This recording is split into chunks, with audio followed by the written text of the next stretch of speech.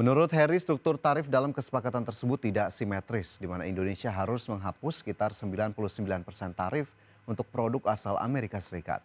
Sementara banyak produk ekspor Indonesia dikenakan tarif 19%, yang kabarnya diturunkan menjadi 15% setelah Mahkamah Agung Amerika menganulir keputusan tarif yang dikeluarkan Trump.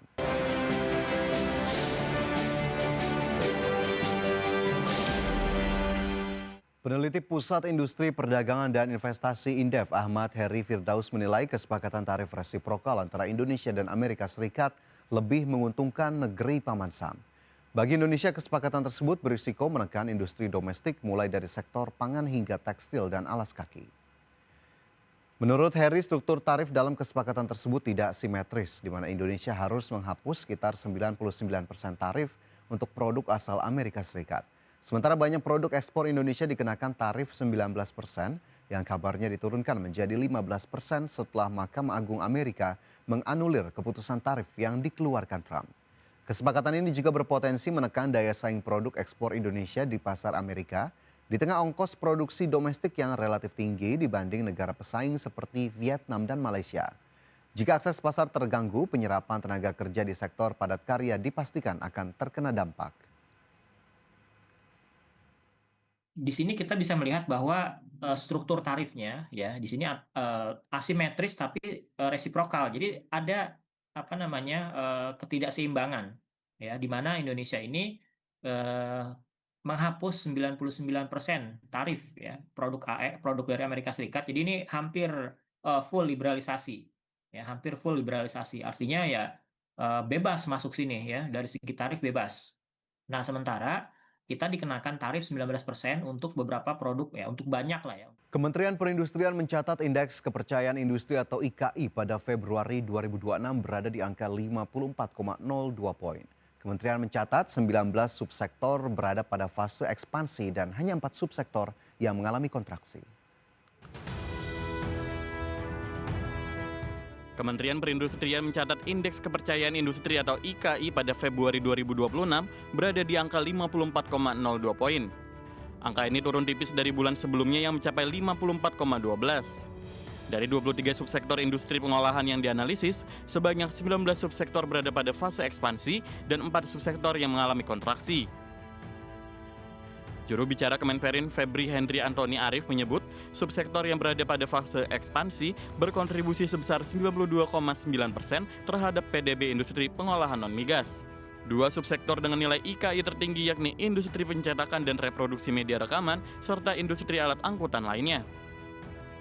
Sementara 4 subsektor yang mengalami kontraksi meliputi industri kayu dan barang dari kayu dan gabus, industri barang galian non-logam, industri komputer barang elektronik dan optik serta reparasi, dan pemasangan mesin dan peralatan. Kenapa IKI pada bulan Februari ini tinggi, ya cukup tinggi dan jauh di atas 50, itu karena 19 subsektor yang PDB-nya besar itu ekspansi. Secara umum, Kemenperin mencatat kondisi usaha pada Februari 2026 masih tergolong baik dengan 77,6% responden menyatakan kegiatan usahanya membaik dan stabil. Bahkan, tingkat optimisme pelaku usaha meningkat menjadi 73,5%, sementara pesimisme turun menjadi 3,9%. Jakarta, Ade Firmansyah, ADX Channel. PT Bank Rakyat Indonesia Persero Tbk menutup tahun 2025 dengan kinerja solid di tengah perlambatan ekonomi global. BBRI berhasil membukukan laba bersih 57,13 triliun rupiah hingga akhir triwulan 4 2025 yang ditopang pertumbuhan kredit, struktur pendanaan yang kuat serta perbaikan kualitas aset secara berkelanjutan. PT Bank Rakyat Indonesia Persero Tbk atau emiten berkode saham BBRI berhasil mencatatkan kinerja positif di tahun 2025. Bank plat merah ini telah membukukan laba bersih sebesar 57,132 triliun rupiah sepanjang tahun 2025. Kinerja solid tersebut ditopang pertumbuhan kredit yang sehat, struktur pendanaan yang kuat, serta perbaikan kualitas aset secara berkelanjutan. Capaian tersebut mempertegas peran BRI dalam mendorong pembiayaan produktif dan memperkuat ekonomi kerakyatan. Direktur Utama BRI Heri Gunardi menyampaikan bahwa kondisi makroekonomi domestik yang resilient turut menopang kinerja perseroan. Dari sisi intermediasi, kredit BRI tumbuh 12,3% secara tahunan. menjadi Rp1.521 triliun atau melampaui pertumbuhan kredit perbankan nasional. Penyaluran kredit tetap dilakukan secara prudent dengan rasio kredit bermasalah terjaga di level 3,07% dan loan entities menurun menjadi 9,6%. Sementara itu dana pihak ketiga meningkat 7,4% secara tahunan menjadi Rp1.467 triliun yang didorong penguatan dana murah yang mendorong efisiensi biaya dana dengan cost of fund turun ke level 2,9%.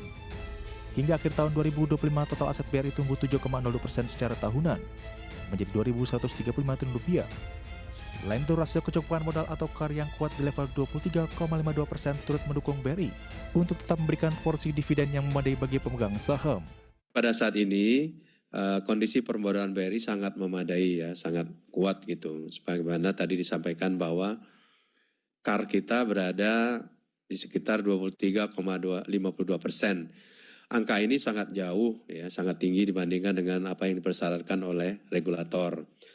Nah, mempertimbangkan kondisi tersebut, sejogjanya kami memiliki ruang untuk memberikan dividen. Manajemen optimis dengan fondasi fundamental yang kokoh, transformasi berkelanjutan, serta dukungan terhadap UMKM dan ekosistem ultramikro, maka BRI mampu menjaga pertumbuhan yang sehat sekaligus memberikan dampak nyata bagi perekonomian nasional. Komitmen BRI terhadap sektor produktif, khususnya program pemerintah, juga tercermin dari penyaluran kredit usaha rakyat atau KUR sebesar Rp178,08 triliun yang telah disalurkan kepada 3,8 juta debitur sepanjang tahun 2025. Dari Jakarta, Tim Liputan ID Action.